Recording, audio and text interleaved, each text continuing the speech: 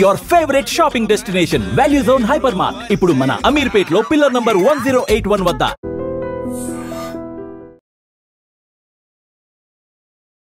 సరిగ్గా 100 రోజుల క్రితం ఆర్ 3 నెలల క్రితం జరిగినటువంటి ఎయిర్ ఇండియా విమానానికి సంబంధించిన క్రాష్ ఇన్సిడెంట్ ఎవ్వరు కూడా మర్చిపోలేదు. అది లండన్కి వెళ్లాల్సినటువంటి విమానం, 260 మంది ప్యాసింజర్స్ అట్లాగే స్టాఫ్ వెళ్తున్నటువంటి విమానం. అది జస్ట్ టేక్ ఆఫ్ అయిన 5-10 సెకండ్ల లోపే కిందికి వాళ్తూ పక్కనే ఉన్నటువంటి మెడికల్ కాలేజ్ మీద పడితే అందులో ఉన్నటువంటి ఈ జూనియర్ డాక్టర్స్ ఆర్ చదివే స్టూడెంట్స్ ఎవరైతే ఉన్నారో వాళ్ళు కూడా ప్రాణాలు కోల్పోయినటువంటి పరిస్థితి. ఇప్పటి వరకు మనకున్నటువంటి లెక్కల ప్రకారం అయితే 274-75 మందో ఈ ఇన్సిడెంట్లో చనిపోయినటువంటి సిచ్యువేషన్. సో 260 మంది ఎవరైతే ఈ ఎయిర్ ఇండియా విమానంలో ప్రయాణం చేశారో అందులో ఒకే ఒక్కడు మృత్యుంజయుడిగా బయటపడ్డాడు. మనందరికీ తెలుసు, ఆయన పేరు వచ్చేసి విశ్వాస్ కుమార్ రమేష్. నిజంగా ఆ రోజు అసలు ఇంత లక్కీయెస్ట్ పర్సన్ ఎవరు ఉండరేమో. అసలు మృత్యుంజయుడు ఒకే ఒక్కడు మృత్యుని జయించాడు. ఇట్లాంటివన్నీ కూడా లక్కీ చామ్, లక్కీ పర్సన్ అంటూ కూడా పొగడ్తల వర్షం కురిపించిండ్రు. పూర్తిగా ఆయన విమానం అంతా కూడా మండిపోతుంటే ఆయన మాత్రం సజీవంగా ఆ మంటల మధ్యల నుంచి నడుచుకుంటూ వచ్చాడు. ఆ రోజు ఆ వార్త ఎంత పెద్ద సెన్సేషన్ క్రియేట్ చేసిందో మనందరికీ తెలిసిందే. ఆయనకు చూస్తే కూడా పెద్ద గాయాలు కూడా ఏమీ లేకుండే, కేవలం ఆ నుదుటి మీద చిన్న గాయం కనిపించింది, ఆ తర్వాత కాళ్లకు కొద్దిగా గాయం కనిపించింది, అండ్ ఆయన చెస్ట్ మీద కొంత ఇంజురీ కనిపించింది. అంతే తప్పించి అసలు మేజర్గా ఆయనకు ఎట్లాంటి గాయాలు కూడా మనకైతే కనిపించలేదు.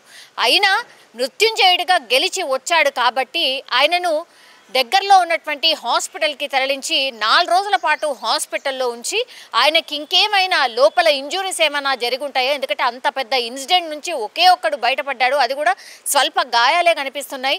అట్లా ఎట్లా జరిగింది అనేసి కూడా మొత్తం పూర్తిగా వాళ్ళ ఫ్యామిలీ మెంబర్స్ అనుకోండి, లేకపోతే ఎవరైనా సరే ఆ రోజు ఇన్సిడెంట్ చూసిన వాళ్ళు పూర్తిగా ఈయనను కంప్లీట్గా మానిటర్ చేయండి, 4 రోజులు పూర్తిగా ఆయనకు ఇన్నర్లీ ఏమైనా డ్యామేజెస్ ఉన్నాయా అది కూడా చూడండి అని అంటూ కూడా పూర్తి స్థాయిలో టెస్టులు అన్నీ చేసిన తర్వాత డాక్టర్లు కూడా తేల్చేశారు ఈయనకి ఎట్లాంటి గాయాలు కాలేదు, ఈయన నిజంగానే మృత్యుంజయుడు, హ్యాపీగా ఇంటికి తీసుకువెళ్ళండి అని.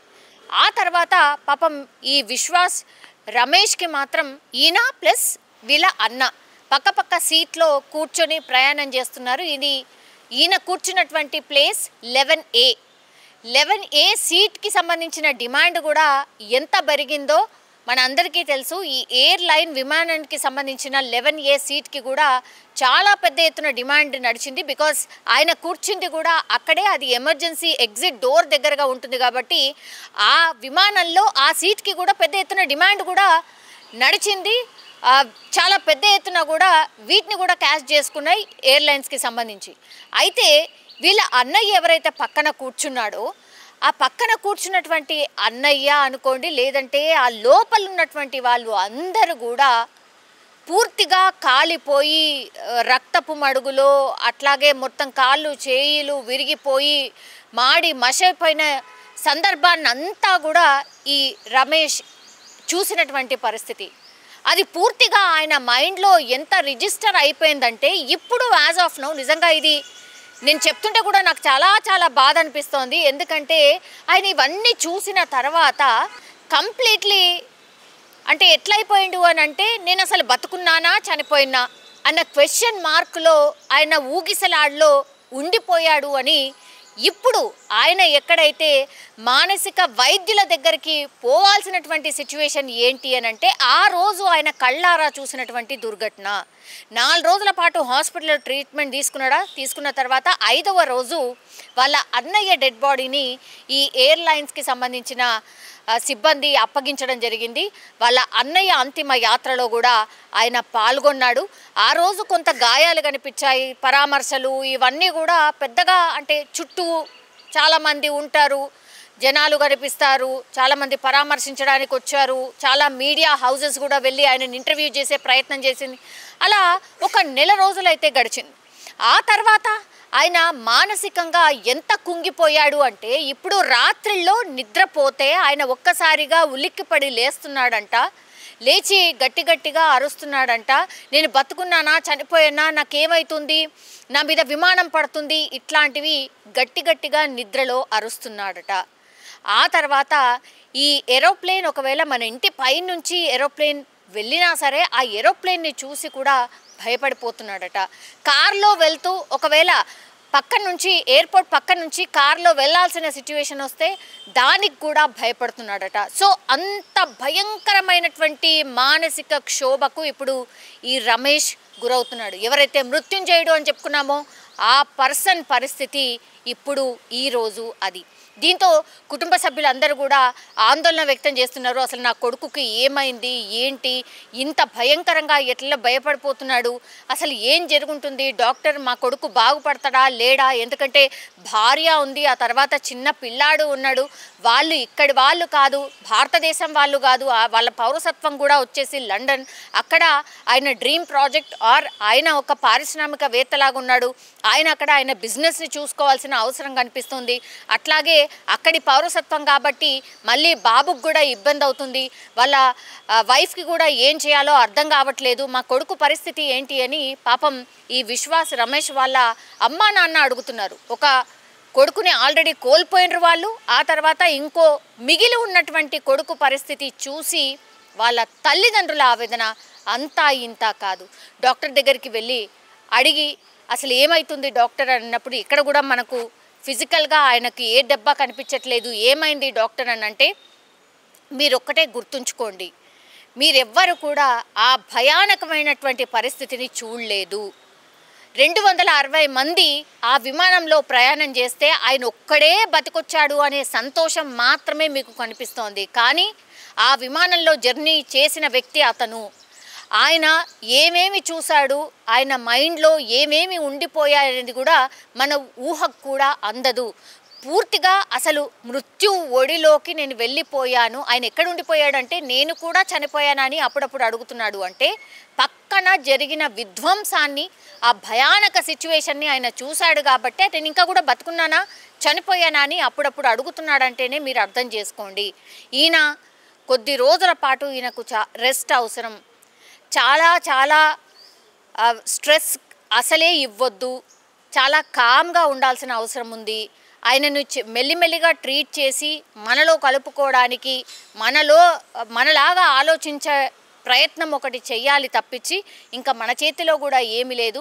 ఎందుకంటే ఆయన మైండ్లో ఆ ఇన్సిడెంట్ అంత గట్టిగా ఉండిపోయింది, అది ఎంత భయానకమైందో కూడా మనందరికీ తెలిసిందే కదా అన్నటువంటి మాట ఇప్పుడు ఈ రమేష్ వాళ్ళ ఫ్యామిలీ, అట్లాగే ఈ రమేష్ ఫేస్ చేస్తున్నటువంటి సిచ్యువేషన్ అయితే ఇది. ఈయన పరిస్థితి ఇలా ఉంటే ఇప్పుడు ఆ విమాన ప్రమాదంలో ఎవరైతే ఈ 260 మందికి పైగా చనిపోయారో చాలా దేశాలకు సంబంధించిన వాళ్ళు ఉన్నారు, ఇట్లనే అమెరికాకు సంబంధించిన వాళ్ళు కూడా ఉన్నారు. వాళ్ళు ఈ ఎయిర్లైన్స్కి సంబంధించి ఎయిర్ ఇండియా మీద వాళ్ళు ఒక కేసు ఫైల్ చేసిండ్రు. యాక్చువల్లీ ఇప్పటి వరకు ఇంత బాధాకరంగా సిచ్యువేషన్ ఉన్న పరిస్థితుల్లో యాక్చువల్లీ ఈ ఎవరైతే 260 మంది ప్రయాణం చేసిండ్రో వాళ్ళకి ఇప్పటి వరకు కూడా నష్టపరిహారం అందించలేదు. నష్టపరిహారం అందించలేదు అని అంటే ఎవరు బాధ్యులు దీనికి? ఇప్పుడు ఇన్సూరెన్స్ కంపెనీస్ అసలు ఏం జరిగింది ఏంటి, ఆ రోజు మీ వాళ్ళు ఎలా చనిపోయారు, మీ ఫైనాన్షియల్ అంటే వాళ్ళు ఎవరైతే మీ వాళ్ళు ఎవరిని చెప్తున్నారో అసలు మీ ఫైనాన్షియల్ స్టేటస్ ఏంటి, వాళ్ళు పంపిస్తేనే మీ పూట గడుస్తుందా, మీ ఫైనాన్షియల్ స్టేటస్ అంతా కూడా వాళ్ళ మీదే ఆధారపడి ఉందా, ఇట్లాంటి పిచ్చి క్వశ్చన్స్ వేసి ఇన్సూరెన్స్ రాకుండా, నష్టపరిహారం అందకుండా సాయశక్తులా ఇప్పుడు ఇన్సూరెన్స్ కంపెనీలు ప్రయత్నం చేస్తున్నాయి అనేది కూడా చాలామంది మాట్లాడుతున్నటువంటి సిచ్యువేషన్. నిజం చెప్పాలంటే కూడా అదే జరుగుతుందేమో. ఇప్పుడు 4 అమెరికాలో కేసు వేసిండ్రు, ఇట్లా ఇన్సూరెన్స్ కంపెనీస్ మమ్మల్ని ఇట్లా అడుగుతున్నాయి, అసలు ఇది ఎంతవరకు న్యాయం, ఇది మానవ తప్పిదం కాదు, యాక్చువల్లీ ఈ ఏరోప్లేన్లో జరిగినటువంటి సాంకేతిక లోపం ద్వారానే ఈ ఇన్సిడెంట్ జరిగింది అని అందరూ చెప్తున్నారు. ఇప్పుడు మృత్యుంజయుడు ఎవరైతే ఉన్నారో ఆయన కూడా స్పష్టంగా చెప్తున్నాడు. అయినా సరే ఈ ఇన్సూరెన్స్ కంపెనీస్ నష్టపరిహారం ఇవ్వకుండా ఇట్లాంటి ఎంక్వైరీస్ ఎందుకు చేస్తున్నాయి, మా వాళ్ళను కోల్పోయి మేము బాధలో ఉంటే ఇంకా బాధ ఎందుకు పెడుతున్నాయని వాళ్ళు క్వశ్చన్ చేస్తున్న పరిస్థితి కనిపిస్తోంది. ఇంకో మాట కూడా చెప్తున్నారు వాళ్ళు. ఒకవేళ ఈ ఎయిర్ ఇండియా కంపెనీ మనకు తెలుసు రతన్ టాటా టేక్ ఓవర్ చేశారు. సో రతన్ టాటా ఒకవేళ బతికుంటే ఇన్ని రోజులు ఈ బాధితులకు న్యాయం చెయ్యకుండా ఆయన ఉండేవాళ్ళు కాదు. రతన్ టాటా లేని లోటు స్పష్టంగా కనిపిస్తోంది అంటూ కూడా బాధిత కుటుంబ సభ్యులు కూడా అందరూ అంటున్నటువంటి పరిస్థితి అయితే కనిపిస్తోంది. సో ఇవన్నీ చూసిన తర్వాత ఇప్పుడు నిజంగానే రతన్ టాటా ఉండుంటే మనం చాలా సందర్భాల్లో చూసాం, ఆయన సేవా గుణం చూసాం కాబట్టి ఆయన నిజంగానే బతికుంటే అప్పటికప్పుడే నష్టపరిహారం అందేది. అది రతన్ టాటాకి ఉన్నటువంటి పేరు, ఆ బ్రాండ్ అన్నమాట. సో వీళ్ళందరూ కూడా అదే వాదిస్తున్నారు. బాధితులంతా కూడా మరోసారి రతన్ టాటాను గుర్తు చేసుకుంటున్నటువంటి సిచ్యువేషన్. కానీ ఇంత బాధాకరమైనటువంటి సంఘటన, ఇంత దుర్ఘటన జరుగుతుంటే కూడా ఇంకా ఇన్సూరెన్స్ కంపెనీలు ఇట్లాంటి క్వశ్చన్లు అడగడం మాత్రం నిజంగా బాధాకరం. అట్లాగే మనం ఒకటే కోరుకోవాల్సింది, ఈ మృత్యుంజయుడు ఎవరైతే ఉన్నారో వాళ్ళు వాళ్ళ ఫ్యామిలీ దగ్గరికి మళ్ళీ తిరిగి వెళ్ళిపోవాలి. ఆయన మానసిక పరిస్థితి మంచిగా ఈ భయం ఏదైతే ఉందో ఈ భయం అంతా వెళ్ళిపోయి ఆయన కూడా ప్రశాంతమైన జీవితం గడపాలి అని కోరుకోవడం తప్పించి మనం ఇంకా ఏం చేయలేని సిచ్యువేషన్ అయితే కనిపిస్తోంది. కానీ ఈ ఇన్సిడెంట్ మీద మీ అభిప్రాయం ఏంటి? అట్లాగే ఈ మృత్యుంజయుడు నిజంగా బతికిన తర్వాత ఆయన పరిస్థితి ఇట్లా అవుతుందని ఎవరైనా ఊహించారా? మీరు కూడా మీ కామెంట్ రూపంలో తెలియజేయాల్సిందిగా కోరుతున్నాం. నిజంగా ప్రస్తుతం ఉన్నటువంటి సమాజం దేనికి ప్రయారిటీ ఇస్తుంది? ఆర్థిక సంబంధాల చుట్టూ మాత్రమే తిరుగుతుంది. మళ్ళీ ఎన్నికలంగానే చాలా విరక్తి కలుగుతాను. మంచి అనిపిస్తుంది కదా, లేడీస్ కూడా ఛాలెంజింగ్ జాబ్స్ చేసినప్పుడు చాలా బాగుంటది. ట్రాఫిక్ అసిస్టెంట్స్ గా నియమించిన ట్రాన్స్జెండర్స్ అందరితో సాల్యూట్ చేయించుకుంటున్నారు. ఫుడ్ డెలివరీ ఇవ్వటానికి వెళ్ళినటువంటి డెలివరీ బాయ్ అనిల్ పై కళ్ళ ముందు